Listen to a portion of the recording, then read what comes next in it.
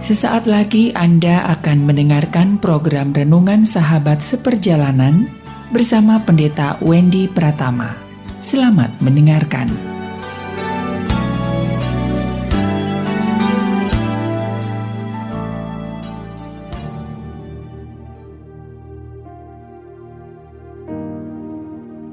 Selamat berjumpa kembali di dalam layanan audio Sahabat Seperjalanan. Hari ini adalah hari Senin 25 Juli 2022. Tema renungan saat teduh kita dengan judul Tidak Memusuhi Masalah.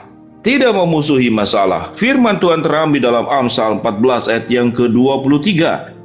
Dalam jerih payah ada keuntungan, tetapi kata-kata belaka mendatangkan kekurangan saja. Dalam jerih payah ada keuntungan, tetapi kata-kata belaka mendatangkan kekurangan saja. Mari kita berdoa. Bapa yang di dalam surga, berikan kami sikap bijaksana di dalam menyikapi masalah-masalah hidup yang terjadi dalam kehidupan kami. Sehingga sekalipun masalah tetap ada, namun kami bisa penuh dengan kemenangan dan penuh dengan kesukacitaan. Dalam nama Tuhan Yesus kami berdoa. Amin. Shalom sahabat seperjalanan yang dikasihi Tuhan, tidak memusuhi masalah. Dalam Amsal 14 ayat 23 ada dua sikap di dalam menghadapi masalah. Yang pertama, di dalam jerih payah ada keuntungan. Artinya, orang-orang yang punya sikap positif di dalam menghadapi masalah dengan tidak memusuhinya. Masalah perlu diselesaikan dengan jerih payah, dengan berbagai macam cara dipecahkan, dan kemudian mengandalkan Tuhan di atas segala-galanya dan melakukan bagian kita sebisa-bisanya. Itu adalah sikap yang benar di dalam menghadapi masalah, tidak memusuhi masalah, tetapi bagaimana memecahkan masalah. Yang kedua adalah sikap memusuhi masalah. Bagian berikut di dalam ayat dikatakan, tetapi kata-kata belaka mendatangkan kekurangan saja. Berapa banyak orang yang menghadapi masalah dihadapi hanya dengan kata-kata.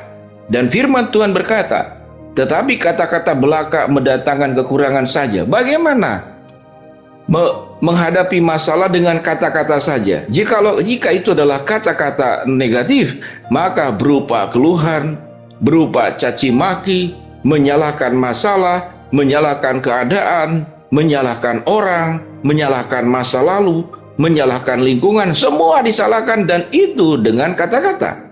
Kalau kemudian dengan sikap positif, masalah itu dibicarakan, dicari jalan keluarnya, namun hanya sebatas di kata-kata, tanpa ada tindakan yang real, tanpa ada tindakan yang nyata, maka masalah tetap akan menjadi sebuah masalah, bahkan semakin besar.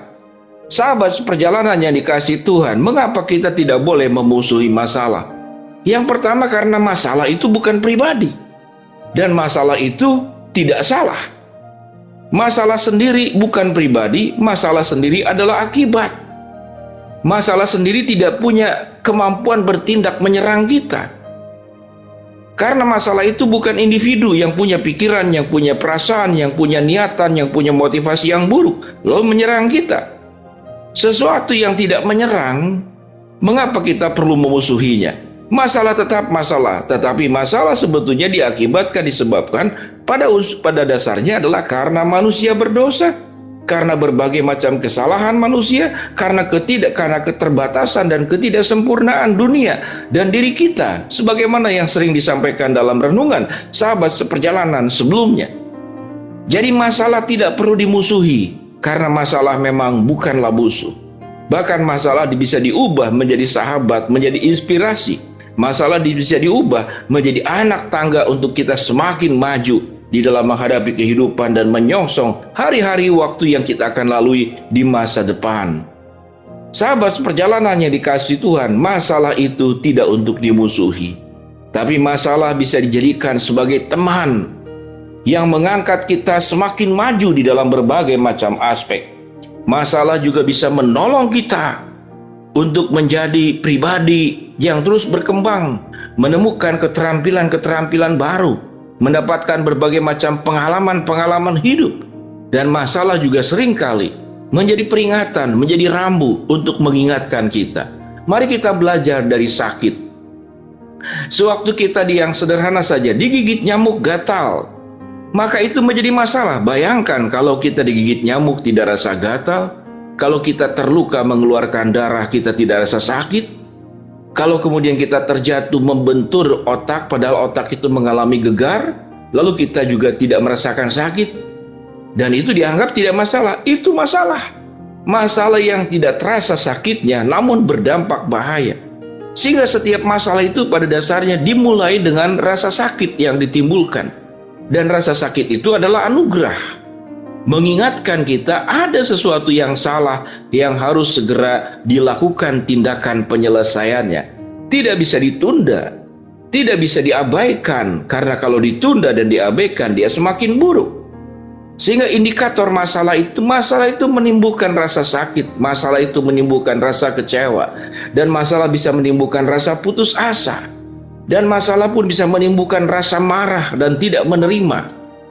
Lalu kita berucap dengan kata-kata yang seperti firman Tuhan katakan, tetapi kata-kata belaka hanya akan mendatangkan kekurangan saja. Tetapi sewaktu kita bersikap positif, yang firman Tuhan katakan dalam jerih payah ada keuntungan, memecahkan masalah itu berjerih payah, harus memikirkan bagaimana solusinya, mencari berbagai macam alternatif untuk bisa menyelesaikannya. Masalah itu menolong kita menjadi semakin maju, semakin baik, dan semakin baik lagi. Sahabat seperjalanan yang dikasihi Tuhan, kita anggap hujan itu adalah masalah yang menimbulkan banjir dan basah. Tapi bayangkan kalau di dalam dunia ini tidak pernah ada hujan, apa yang terjadi? Masalah besar akan semakin ada. Kalau sinar matahari itu menyengat, panas, membuat gerah dan berkeringat, dan kita anggap itu sebagai sebuah masalah. Tapi seandainya dunia ini tidak ada sinar matahari, apa yang terjadi? Masalah yang lebih berat akan timbul di dalamnya. Sahabat seperjalanan yang dikasihi Tuhan, sewaktu kita lapar, sewaktu kita kurang makan, maka ada rasa lapar. Rasa lapar itu kalau dibiarkan lebih lama, itu menyakitkan. Apakah rasa lapar masalah? Tidak. Rasa lapar itu adalah mengingatkan, sekalipun lapar itu sesuatu yang tidak menyenangkan. Namun itu memperingatkan, ada satu tindakan yang harus kita lakukan. Kita harus segera makan, agar kita tetap sehat. Karena kalau Anda kekurangan makan, kekurangan gizi, penyakit pun akan mudah menyerang kita. Karena imunitas tubuh yang menurun kalau kita kekurangan makan, kebanyakan makan pun menjadi sebuah persoalan yang baru. Dengan demikian sahabat seperjalanan, masalah tidak perlu dimusuhi, tapi masalah adalah menjadi sarana untuk membuat kita lebih maju, lebih berkembang, lebih sadar, lebih terampil, dan kita memiliki banyak sekali pengalaman-pengalaman hidup yang mungkin tidak dimiliki oleh orang yang hidupnya sedikit mengalami masalah. Dia tidak akan terampil, dia tidak akan mengalami kemajuan karena tidak terasa.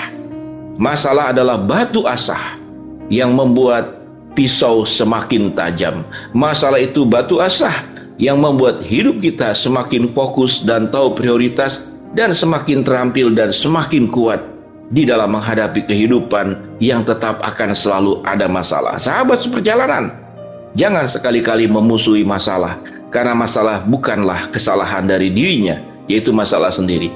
Namun karena ketidaksempurnaan manusia, karena keberdosaan, dan kita bukan Tuhan. Selama kita bukan Tuhan, masalah tetap ada dalam diri manusia. Mari kita berdoa. Bapa dalam surga, terima kasih buat kebenaran firman Tuhan yang menolong kami agar kami tidak memusuhi masalah, namun kami jadikan masalah sebagai sebuah batu loncatan yang membuat kami berkembang, yang membuat kami maju, yang membuat kami sadar, yang membuat kami terampil, dan membuat kami hidup penuh dengan pengalaman. Hamba-Mu berdoa buat sahabat perjalanan yang sedang sakit, Tuhan jamah sembuhkan. Sahabat perjalanan yang sedang menghadapi masalah, Tuhan bukakan jalan. Sahabat seperjalanan yang sedang memohon berharap sesuatu, Tuhan akan kabulkan dengan cara, waktu, dan kehendak-Mu. Di dalam nama Tuhan Yesus kami berdoa. Amin. Shalom sahabat seperjalanan, Tuhan memberkati kita semua.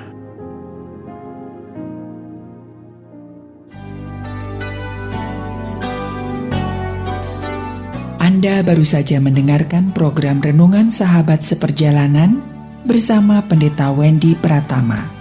Terima kasih atas perhatian Anda. Tuhan Yesus memberkati.